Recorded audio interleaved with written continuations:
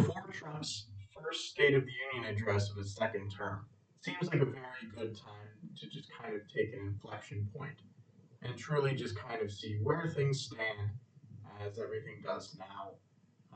We've gotten some data recently and just generally about enthusiasm about how both parties are kind of feeling into this.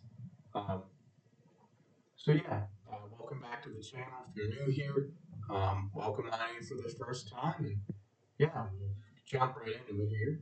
Um, I think one of the biggest things that's really struck me recently. So on average, presidents' approval ratings are negative, just kind of historically, outside of very few exceptions. George W. Bush after 9/11 had approval ratings of almost 90% at a point, and by the end of his term, it sunk all the way down to 25%. So, just truly showing how wildly the numbers can swing, given all different sorts of things. Um, Now, it's been very clearly not favorable for Trump. A recent poll just came out saying that 39% approved, 61% disapproved, and I think more important than just the headline number, which can be little bit misleading, sounds like a huge gap. I think what's a lot more important is whenever you take out the Republican and Democrat registered voters, the independent voters have a negative 27 approval rating of Trump. That's bigger than the overall spread, of course, because the Republicans will pump him up. But I think that's really, really telling of kind of where the headwinds are at this point. Donald Trump ran a campaign very heavily focused on immigration, which no one can say he's not trying to address in many different ways. But he also ran on inflation and the cost of living. And it seems that that is still an issue that a lot of voters are kind of putting towards the top of their priority list. And it really doesn't feel like in the economic data has kind of avoided any kind of recession. But there certainly have been layoffs. Inflation has still continued to rise. Whatever Trump has, promised that it would come down, which, just a quick side note, you're never going to actually get deflation in this country, regardless of whoever is president, regardless of anything like that. Deflation causes a lot of other issues, especially for economic growth, of course. Um, so any politician that's promising actual deflation, I would always be a little bit skeptical of that. But besides the point. Um, Most importantly, it feels that the voters who kind of flipped from Trump to Biden to Trump really seem to have this perception that maybe Trump's priorities are not focused on that cost of living that really drove him to the presidency over a lot of issues.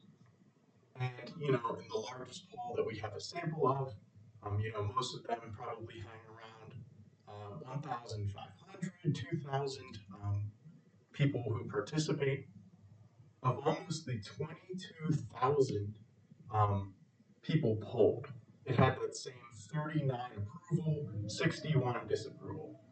Really showing that that is just kind of about where it stands right now. Now, of course, you know, presidential approval ratings are not everything. Something that's very interesting to me is the fact that the Democratic Party is actually viewed more unfavorably than the Republican Party, despite the fact that they're not necessarily in power. Now, of course, at this point, with how polarized the country is, truthfully, you should come to expect that the average Republican probably dislikes the average Democrat, at least in terms of the party overall. So it's just very interesting to me that the Democratic Party is less favorable than the Republican Party. typically whenever you have a party that doesn't have the presidency, the Senate, or the House, and maybe the perception is that the country's moving in the wrong direction. Um, and by the way, the typical right direction, wrong direction, which always seems to be moving in the wrong direction, and it is continuing that way. 36% of Americans are saying that the U.S. is moving in the right direction right now, which seems to be a trend.